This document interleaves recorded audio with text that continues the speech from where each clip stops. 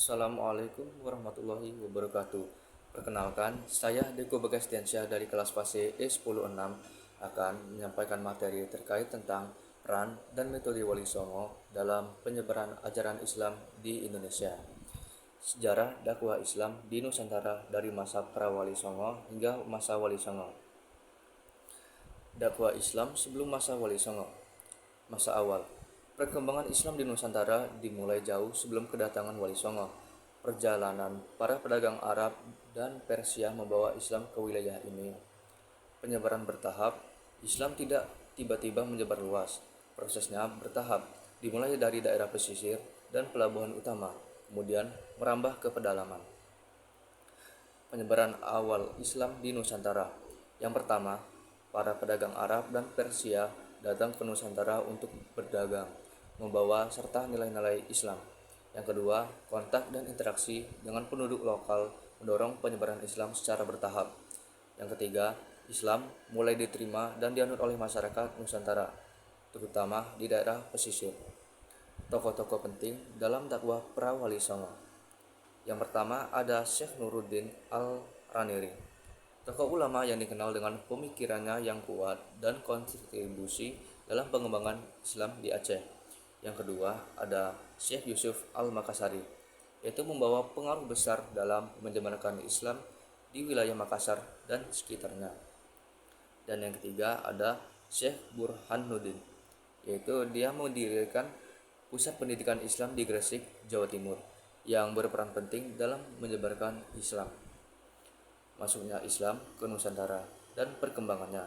Yang pertama, Islam memasuki Nusantara melalui perdagangan, pernikahan, dan dakwah oleh para ulama.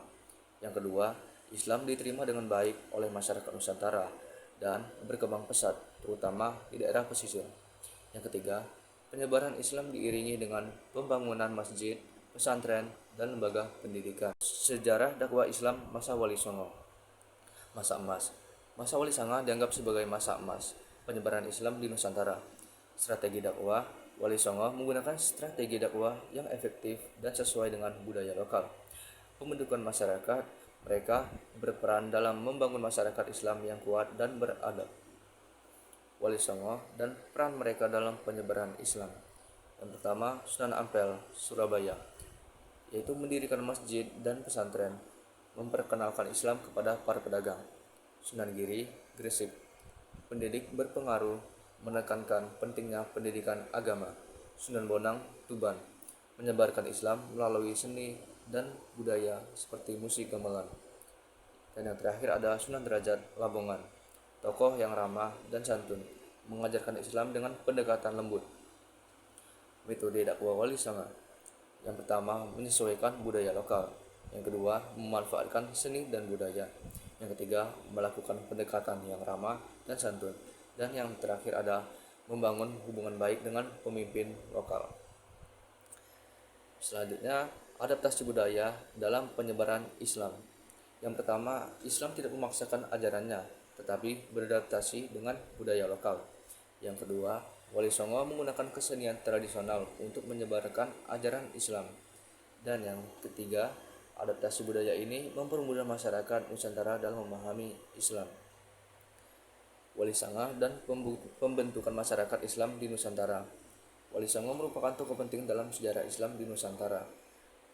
Wali Songo berhasil membentuk masyarakat Islam yang kuat dan beradab. Dan selanjutnya kita akan membahas tentang peran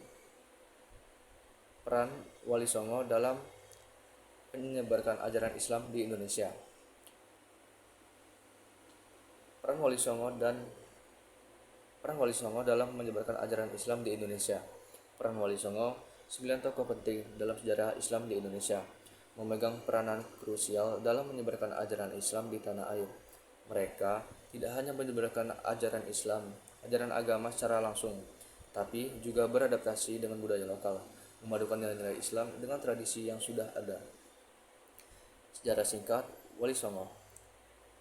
Yang pertama, Wali Songo hidup pada abad ke-15 dan ke-16 Masehi, tepat ketika kerajaan-kerajaan di Nusantara sedang berkembang. Mereka berasal dari berbagai latar belakang dan memiliki pengaruh besar di berbagai wilayah. Yang kedua, yaitu ada Sunan Ampel atau dikenal dengan sebutan Raden Rahmat, merupakan tokoh penting yang dianggap sebagai pendiri awal penyebaran Islam di Jawa Timur. Dia juga merupakan guru dari berbagai wali lain. Yang ketiga ada Sunan Giri yang dikenal sebagai Raden Paku, merupakan murid dari Sunan Ampel yang kemudian memimpin penyebaran Islam di wilayah pesisir utara Jawa Timur. Dan yang keempat ada Sunan Kalijaga, dikenal sebagai Raden Mas Said, yang dikenal sebagai wali yang paling populer dan karismatik menjalankan dakwahnya dengan pendekatan budaya dan seni. Yang kelima ada Sunan Muria atau dikenal dengan sebutan Raden Umar Said. Raden Umar Said adalah murid Sunan Kalijaga yang melanjutkan dakwah di daerah pegunungan Muria. Yang keenam ada Sunan Kudus atau dikenal dengan sebutan Raden Ja'far Shadiq, adalah wali Songo yang dikenal karena pendekatannya yang toleran terhadap budaya lokal.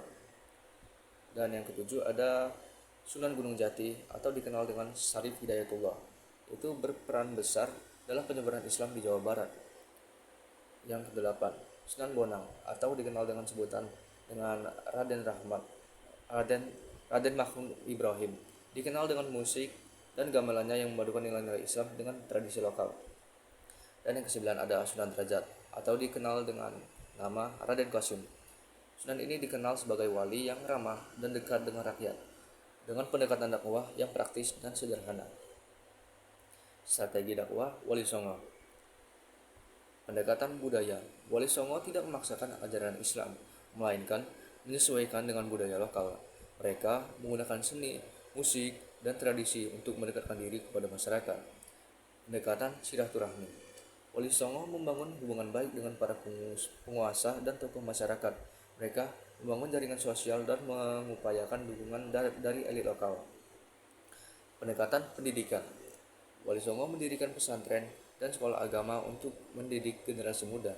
Mereka juga menulis kitab-kitab keagamaan yang mudah dipahami oleh masyarakat. Dan yang terakhir juga ada pendekatan ekonomi. Wali Songo mendorong kegiatan ekonomi yang halal dan berkeadilan. Mereka mengajarkan pentingnya kejujuran, keadilan, dan gotong royong dalam berbisnis. Selanjutnya kita akan membahas tentang peran Sunan Ampel dalam menyebarkan Islam di Jawa Timur. Sunan Ampel juga merupakan pendiri pesantren Ampel. Sunan Ampel mendirikan pesantren Ampel di Surabaya pada abad ke-15 yang menjadi pusat pembelajaran Islam di Jawa Timur. Pesantren ini melahirkan banyak ulama dan tokoh agama yang menyebarkan Islam di berbagai wilayah. Guru para wali. Sunan Ampel dikenal sebagai guru spiritual bagi banyak wali. Wali Songo lainnya maksudnya, termasuk Sunan Giri, Sunan Kalijaga, Sunan Bonang, dan Sunan Bonang. Dia mengajarkan ajaran Islam dengan pendekatan yang toleran dan bijaksana.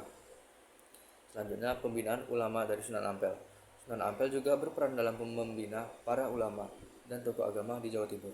Dia memberikan bimbingan dan dukungan kepada mereka untuk menyebarkan Islam secara damai dan harmonis. Selanjutnya, hubungan dengan Kerajaan Majapahit. Sunan Ampel menjalin hubungan baik dengan Kerajaan Majapahit, yang saat itu merupakan kerajaan besar di Jawa. Hubungan ini membuka jalan bagi penyebaran Islam secara damai di wilayah kerajaan. Selanjutnya kita akan membahas tentang kontribusi Sunan Giri dalam membangun pusat keagamaan dan ekonomi. Sunan Giri mendirikan Masjid Agung di Gresik yang menjadi pusat keagamaan dan spiritual bagi masyarakat sekitarnya. Sunan Giri juga mengembangkan pelabuhan. Sunan Giri berperan penting dalam mengembangkan pelabuhan sebagai pusat perdagangan dan ekonomi. Sunan Giri juga berperan penting dalam pendiri pesantren Giri. Sunan Giri mendirikan pesantren Giri yang menjadi pusat pendidikan agama dan tempat melahirkan banyak ulama dan tokoh agama. Pembinaan masyarakat. Sunan Giri dikenal sebagai pemimpin yang bijaksana dan adil. Dia membina masyarakat untuk hidup harmonis dan sejahtera. Selanjutnya, pengaruh Sunan Kalijaga dalam memadukan budaya lokal dan Islam. Yang pertama ada seni musik. Sunan Kalijaga menggunakan seni dan musik untuk mendekatkan ajaran Islam kepada masyarakat.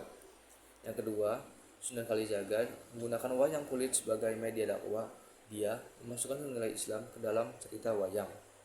Yang ketiga, Sunan Kalijaga juga menciptakan lagu-lagu Islami yang diiringi gamelan. Dia memadukan musik Jawa dengan irama-irama Islam. Dan yang terakhir, Sunan Kalijaga juga dikenal sebagai sastrawan. Dia menciptakan syair-syair dan puisi yang mengandung pesan-pesan Islami. Selanjutnya, kepemimpinan spiritual Sunan Muria di Pegunungan Muria. Sunan Muria mendirikan pesantren di daerah Pegunungan Muria. Sunan Muria membina masyarakat di sekitar Pegunungan Muria. Dia memberikan pengajaran agama dan mengajarkan nilai-nilai moral. Sunan Muria dikenal memiliki pengaruh spiritual yang kuat. Dia dikenal sebagai tokoh yang karismatik dan dihormati oleh masyarakat. Sunan Muria meninggalkan warisan budaya yang kaya, termasuk makam dan pesantren, yang menjadi tempat ziarah bagi umat Islam. Selanjutnya, peran Sunan Kudus dalam toleransi beragama. Yang pertama, Sunan Kudus mendirikan Masjid Menara Kudus yang menggabungkan arsitektur Islam dengan elemen-elemen Hindu. Yang kedua, Sunan Kudus dikenal dengan pendekatan yang toleran terhadap agama lain. Dia menghormati kepercayaan dan tradisi lokal. Yang ketiga, Sunan Kudus membangun hubungan baik dengan para pemeluk agama lain seperti Hindu dan Buddha.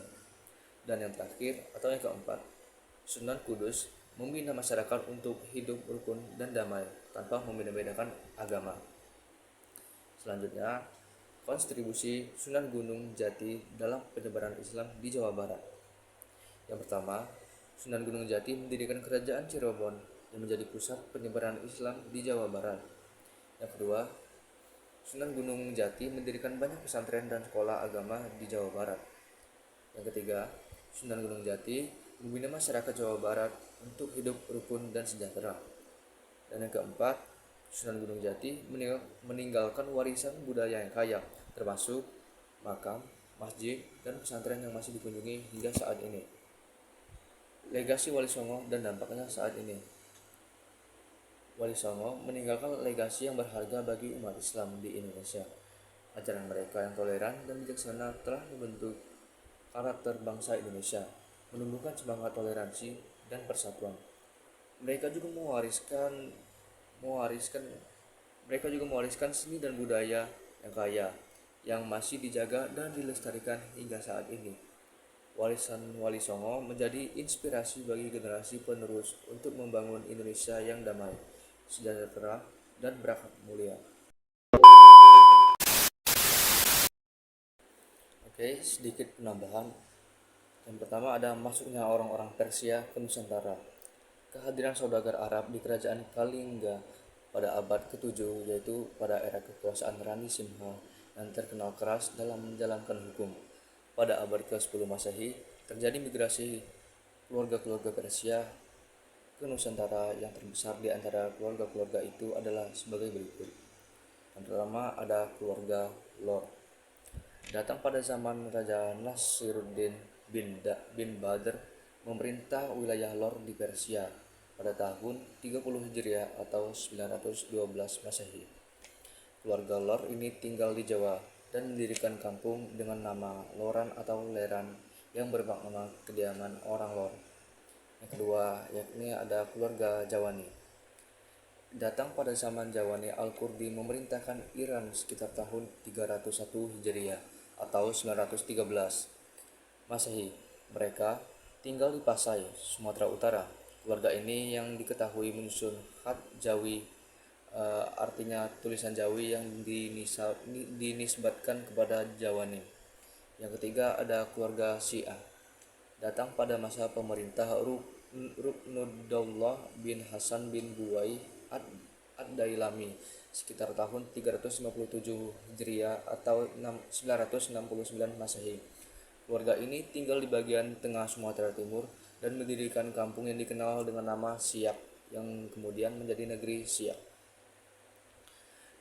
Dan yang terakhir ada keluarga Rumai dari Puak Sabankara yang tinggal di utara dan timur Sumatera.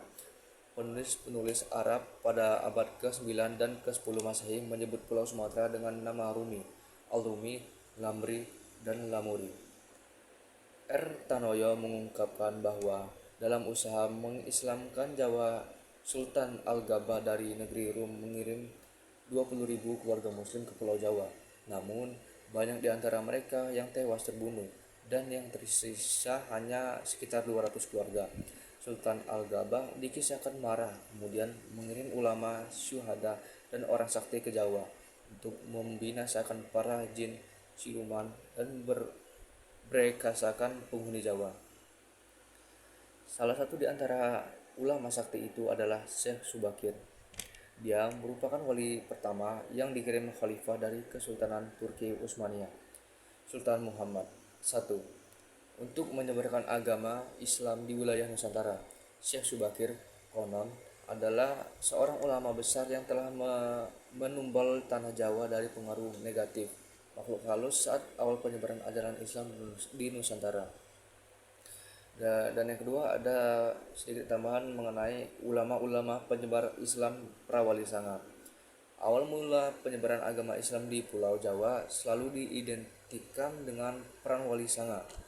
Oleh mereka, agama Islam diajarkan kepada seluruh lapisan masyarakat Jawa yang saat itu menganut ajaran Hindu dan Buddha. Namun, sebelum adanya Wali Songo, banyak masyarakat di Pulau Jawa telah mengenal lebih dulu keempat ulama ini yang turut serta dalam penyebaran agama Islam di Indonesia. Keempat ulama tersebut diantaranya sebagai berikut. Yang pertama ada Syekh Datuk Kahfi. Syekh Nurjati yang lahir di Malaka sekitar pertengahan abad ke-14 dan dikenal sebagai Syekh Datuk Kahfi adalah putra Syekh Datuk Ahmad, seorang ulama terkemuka. Syekh Datuk Ahmad adalah putra Maulana Isa dan memiliki adik bernama Syekh Datuk Soleh yang merupakan ayah Syekh Siti Jenar. Dengan demikian, Syekh Datuk Kahfi adalah saudara sepupu dari Syekh Siti Jenar di kampung Pesambangan. Syekh Nurjati melakukan dakwah Islam dengan pendekatan bijaksana sehingga pengikutnya berkembang pesat, termasuk Pangeran Wala Sungsang dan keluarganya yang ingin mempelajari agama Islam.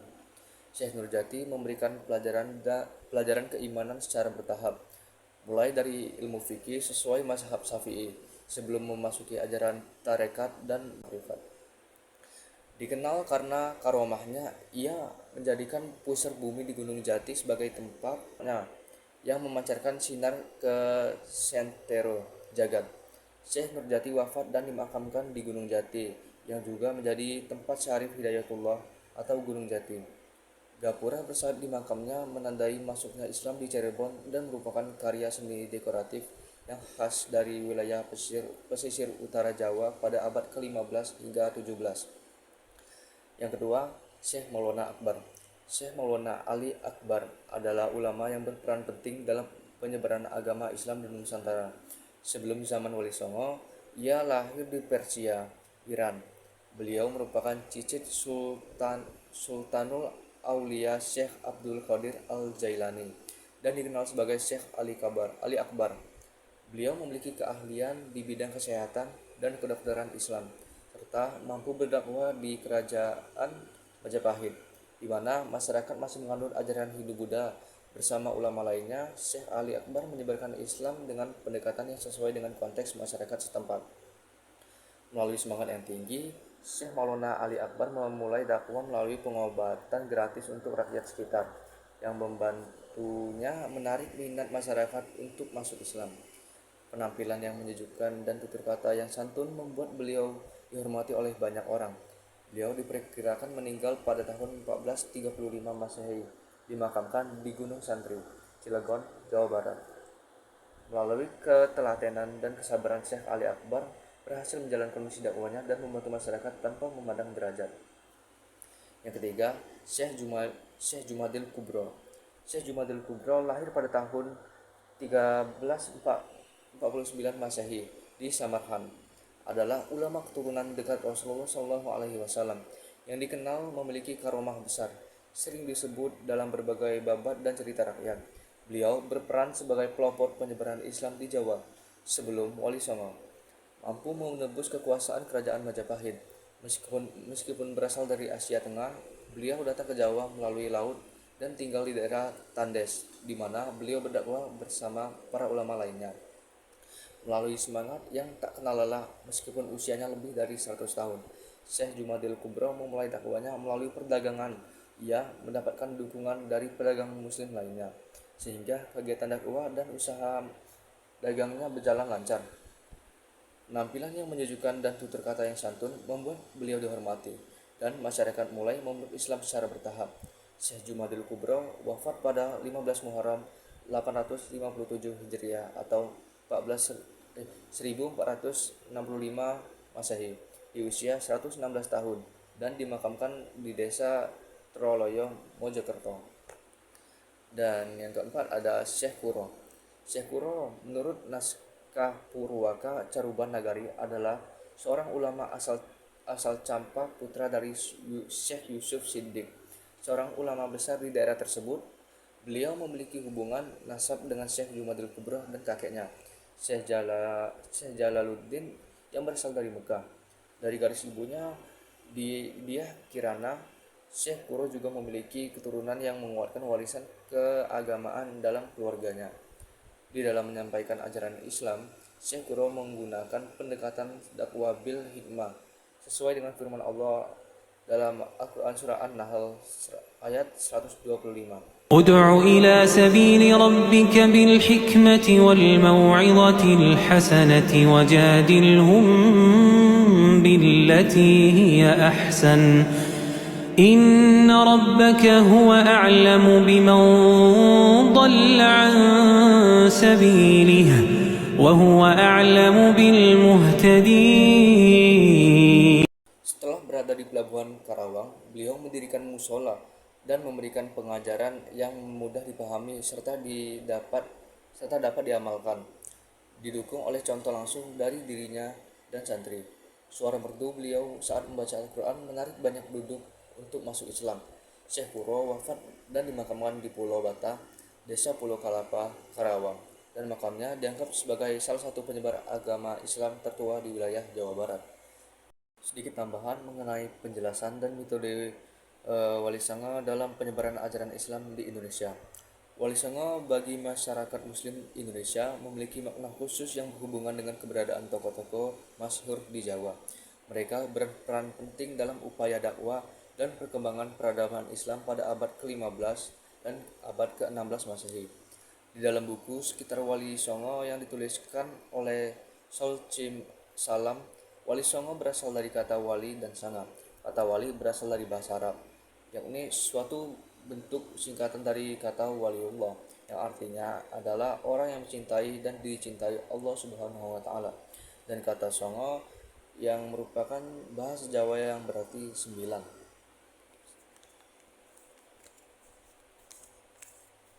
Selanjutnya, adapun gelar Sunan berasal dari kata suhun, kasuhun, sinuhun, yang dalam bahasa Jawa kuno berarti menghormati, menjunjung tinggi. Lazimnya digunakan untuk menyebut guru suci atau mursyid tarikah. Sebutan Sunan juga bermakna paduka yang mulia, yang merupakan sapaan hormat kepada raja atau tuan putri. Sebutan Sunan ini pun masih digunakan oleh raja-raja Mataram Islam, termasuk kerajaan Surakarta saat ini. Dengan demikian, hampir sebagian besar tokoh Wali Songo ini merupakan penguasa dari wilayah tertentu untuk urusan duniawi, sekaligus merupakan seorang guru suci. Adapun metode dakwah dari Wali Songo dalam penyebaran ajaran Islam, yakni yang pertama ada metode melalui ceramah. Para wali melakukan dakwah dengan cara memberikan ceramah kepada para jemaah yang jumlahnya cukup banyak. Metode dakwah melalui ceramah ini sampai sekarang terus digunakan oleh para mubalik, ustaz atau kiai untuk melakukan syiar Islam kepada masyarakat. Yang kedua yakni ada menggunakan metode tanya jawab dan diskusi.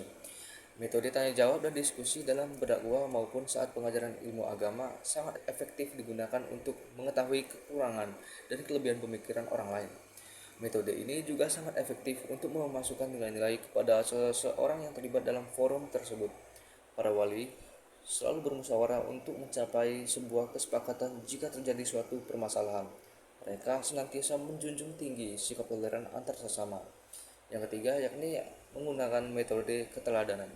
Wali Songo tidak hanya memberikan dakwah secara teori, tetapi juga memberikan contoh yang nyata kepada masyarakat. Oleh karena itu, masyarakat secara sukarela akan mengikuti ajaran yang dilakukan oleh para Wali Songo. Yang keempat, yakni melalui metode pendidikan. Pendidikan diberikan oleh Wali Songo kepada masyarakat pribumi melalui pesantren, pengajian, dan pengajaran. Murid yang belajar kepada pada para wali disebut dengan istilah santri. Yang kelima, yakni ada ekspansi. Ada beberapa tokoh Wali Songo yang mengirimkan utusan kepada beberapa wilayah tertentu di Nusantara untuk melakukan ekspansi syiar Islam. Dengan demikian, ajaran Islam di Nusantara lebih cepat mengalami perkembangan dan perluasan. Yang keenam, menggunakan metode kesenian. Kesenian daerah merupakan salah satu kekayaan bangsa Indonesia. Kesenian daerah dijadikan Wali Songo sebagai salah satu metode dakwah yang mengalami alkulturasi dan asimilasi dengan nilai-nilai dan ajaran Islam. Mereka menyisipkan nilai dan ajaran Islam pada kesenian lokal. Misalnya wayang yang semula bertema Mahabharata dari India disisipkan kisah-kisah bernuansa Islami di dalam penyajiannya. Dan yang ketujuh atau yang terakhir yaitu menggunakan metode silaturahmi. Para tokoh Wali Songo sering kali berkunjung dan bersilaturahmi kepada masyarakat pribumi. Kegiatan tersebut membuktikan adanya kedamaian dan kasih sayang dalam ajaran Islam. Mereka senantiasa memperlihatkan perkataan dan perilaku yang santun, sehingga membuat masyarakat menjadi tertarik dengan ajaran Islam yang dibawa oleh para wali tersebut. Oke, baiklah, mungkin sekian dari saya. Itulah yang dapat saya sampaikan. Lebih dan kurang saya mohon maaf. Saya akhiri dengan billahi taufiq wal hidayah. Wassalamualaikum warahmatullahi wabarakatuh.